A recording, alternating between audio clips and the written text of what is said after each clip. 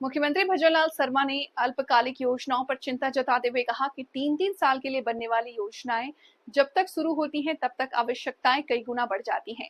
उन्होंने जोर देकर कहा कि योजनाएं 25 से 30 साल के दृष्टिकोण के साथ बननी चाहिए ताकि समावेशी विकास हो सके। एससीएम रिपा ने सोमवार को आयोजित राज्य स्तरीय संपूर्णता अभियान सम्मान समारोह में सीएम शर्मा ने कहा कि विभागों के बीच समन्वय की कमी से कार्यों में बिखराव होता है। उन्होंने उदाहरण देते हुए कहा कि पहले सड़क बनती है, फिर दूसरे काम के लिए उसे खोद दिया जाता है। यदि सड़क बनाने से पहले पाइपलाइन और नाली का ख्याल रखा जाए तो बार बार सड़क तोड़ने की जरूरत नहीं पड़ेगी। उन्होंने कहा कि समावेशी विकास तभी संभव है जब सभी विभाग आपसी सामंजस्य से काम करें। उन्होंने सुझाव दिया कि योजनाएं बनाते समय सभी विभागों की आवश्यकताओं को ध्यान में रखा जाए। धारा में लाने के लिए जनवरी 2018 को आसान में जिला कार्यक्रम प्रारंभ किया था। कभी कभी आप देखते हैं कि आप अपने किसी भी क्षेत्र में जाते हैं, किसी जिले में जाते हैं, ब्लॉक में जाते हैं, जब आपके द्वारा आंकलन आता है तो आंकलन में यह विषय भी आता है कि ये ब्लॉक काफी पीछे है और उसका मापदंड एक बात नहीं होती है। उसका मापदंड जिस तरह से उन्होंने 4-5 विषयों को लेकर के किया है, उसके तहत स्वास्थ्य एवं पोषण, शिक्षा, कृषि, जल संसाधन, वित्तीय संसाधन, कौशल विकास, बुनियादी ढांचे जो महत्वपूर्ण होते हैं, उन सभी बुनियादी ढांचों को देखते हुए उन ब्लॉकों का, जिलों का इसमें चयन हुआ है। राजस्थान के 12, जैसलमेर, धौलपुर, करौली और सिरोही जिलों को इसमें कार्यक्रम में सम्मिलित किया गया है। मुझे यह बताते हुए गर्व है कि इन जिलों में विभिन्न मानकों पर अच्छी प्रगति हुई है। आसान में जिला कार्यक्रम की सफलता को देखते हुए जनवरी 2023 में प्रधानमंत्री जी ने आसान में ब्लॉक कार्यक्रम शुरू किया, जिसमें राजस्थान के 27 ब्लॉकों को शामिल किया गया। यह कार्यक्रम न केवल पिछड़े जिलों, ब्लॉकों की प्रगति को तेज कर रहे हैं, बल्कि उन्हें राज्य की समग्र विकास प्रक्रिया और मुख्य धारा में भी ला रहे हैं। संबंधित जिलों एवं ब्लॉकों में नागरिकों के जीवन में बेहतरीन आर्थिक समृद्धि और सामाजिक समावेशन सुनिश्चित किया जा रहा है।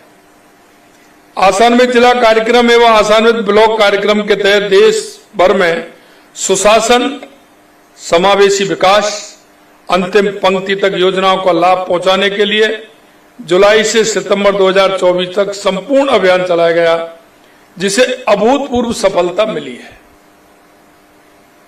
क्योंकि जिस व्यक्ति के पास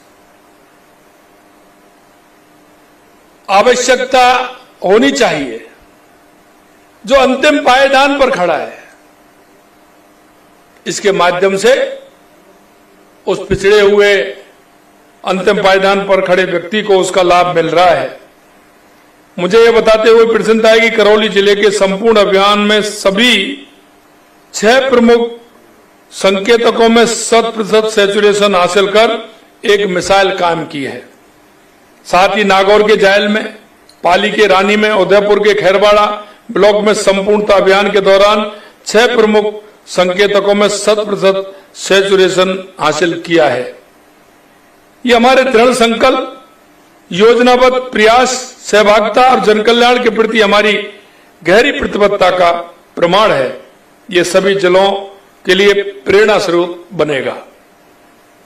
मुझे इस बात पर विशेष गर्व है कि हमने न केवल अपने लक्ष्यों को प्राप्त किया, बल्कि प्रशासन को जनता के करीब लाने और समावेशन को संस्थागत रूप देने और सुशासन को हमारी कार्य संस्कृति से जोड़ने का काम भी किया गया है। देश के यशस्वी प्रधानमंत्री नरेंद्र मोदी जी के नेतृत्व में विकसित भारत 2047 की जो कल्पना है,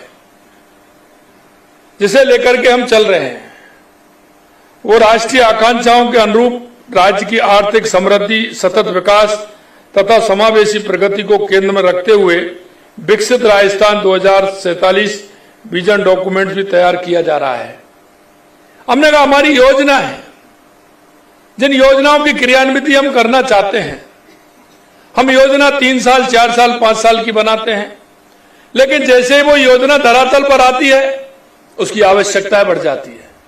हमें यह देखते हुए 20 साल, 25 साल और 30 साल के लिए योजना अगर बनेगी तो हमारा विकास समावेशी विकास होगा, हमारा उस आवश्यकता को देखते हुए विकास होगा। आज उसी तरह से हमारे राजस्थान 2047 के विजन को लेते हुए हम आगे की योजना बना रहे हैं। होता क्या है कि 2 साल के लिए, 3 साल के लिए, 5 साल के लिए योजना बनती है और वो योजना जिस तरह जमीन पर आती है हमारी आवश्यकता कई गुना बढ़ जाती है। क्यों ना हम ऐसी योजनाओं को उनको पहले से ही इस तरह की योजना बनाएं कि उनका आगे आने वाले समय में उस आवश्यकता के चरणबद्ध तरीके से उस विकास को हम गति दें, जिससे आने वाले समय में उन योजनाओं का संपूर्ण फायदा हमको मिले। कभी कभी मैं एक उदाहरण देता हूं, एक गांव के लिए, एक कॉलोनी के लिए एक पाइपलाइन डाली जाती है पानी के लिए और उसकी कैपेसिटी उसकी जनसंख्या के आधार पर लेते हैं और जब तक वो पाइपलाइन डल के तैयार होती है वहां जनसंख्या 1.5 गुनी हो जाती है और जब तक उसको पूरा करते हैं तो वो डबल हो जाती है। हमको ये पहले से ही योजना बनानी चाहिए कि हमारी उस पाइपलाइन को हम 10 साल, 15 साल, 20 साल और 25 साल की क्रियान्विति के लिए हमारे आने वाली जनता को फायदा देने के लिए उसको किस तरह से योजनाओं में परिवृत्त करते हुए हमें आगे उसको बढ़ाना चाहिए। हमारा नीति आयोग का जो कार्यक्रम है, नीति आयोग की जो बैठक है, ये इसी को देखती है कि किस तरह से इन योजनाओं को आगे बढ़ाते हुए हमें उनकी संभावनाओं को देखते हुए हमारे कार्य को हमें आगे बढ़ाना चाहिए। मित्रों, मैं आपसे भी कहना चाहता हूं, आप कहीं ना कहीं किसी ब्लॉक में हैं, जिले में हैं, आपको भी ये बातें देखना चाहिए कि हमें किस तरह से हमारा रोड इंफ्रास्ट्रक्चर होना चाहिए, पानी की कैसे होना चाहिए, बिजली का कैसा होना चाहिए, सीवरेज लाइन कैसी होनी चाहिए। हम संपूर्ण योजनाओं का आकार हम किस आधार पर बनाते हैं, यह आवश्यकता है।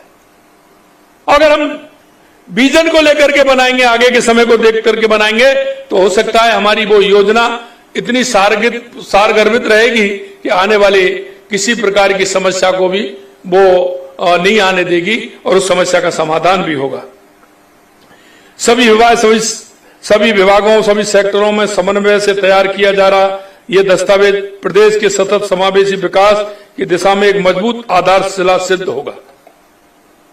आप देखते हैं, कभी कभी मैं कहता हूं, क्योंकि सामंजस्य आपस में डिपार्टमेंटों का नहीं होता है और वो डिपार्टमेंटों का सामंजस्य नहीं होने के कारण हमारा एक काम हो रहा है, काम हो गया, हमारी सड़क बन गई, दूसरे काम के लिए उसके तुरंत बाद हम सड़क खोदने का तैयार हो जाते हैं। हमारा सभी डिपार्टमेंटों के साथ सामंजस्य भी हो और सामंजस्य के साथ अगर हम काम करेंगे तो हमारा विकास उसमें दिखेगा। हमारी योजनाबद्ध तरीके से हम काम करेंगे। पाइपलाइन हमारी कहां जानी चाहिए, कितने फुट पर पाइपलाइन है, उसको हमें देखना चाहिए। हमारा रोड बन रहा है तो रोड के नीचे हमारी जो सीवरेज लाइन है उसको पहले सीवरेज लाइन को सुनिश्चित करना चाहिए, उसके बाद रोड को बनना चाहिए। नाली हमारी कहां बनेगी, हमारे पानी का जॉइंट कहां बनेगा, ये आने वाले समय में हमारा पानी का जो बहाव है नदी का वो किधर जाएगा, हमारी बारिश का पानी हमारा किधर जाएगा, ये सारी बातें इस पर निर्भर करती है कि हम उसको ठीक प्रकार से डॉक्यूमेंट तैयार करें और उस डॉक्यूमेंट्स के आधार पर हमारा समावेशी विकास करें। जनहितैषी और सक्रिय सुशासन को अपनी नीतियों का आधार मानते हुए हम राजस्थान को ये नए समृद्ध और उज्जवल भविष्य की ओर अग्रसर करने के लिए दृढ़ संकल्पित हैं। हम पिछड़े जिलों को विकास की मुख्य धारा से जोड़ने के लिए निरंतर प्रयासरत हैं। उसी उद्देश्य से हमारी सरकार ने एक महत्वपूर्ण कार्यक्रम प्रारंभ किए हैं। माननीय प्रधानमंत्री जी के नेतृत्व में, उनके मार्गदर्शन में केंद्र सरकार द्वारा प्रारंभ किए गए आकांक्षी जिला और आकांक्षी ब्लॉक कार्यक्रम ने पूरे देश को समावेशी और संतुलित विकास की नई दिशा दी है। इस भावना को आत्मसात करते हुए राजस्थान सरकार ने गुरु गोलवलकर आकांक्षी ब्लॉक विकास योजना का शुभारंभ किया है और हमने हर जिले में एक ब्लॉक उसमें सम्मिलित किया है।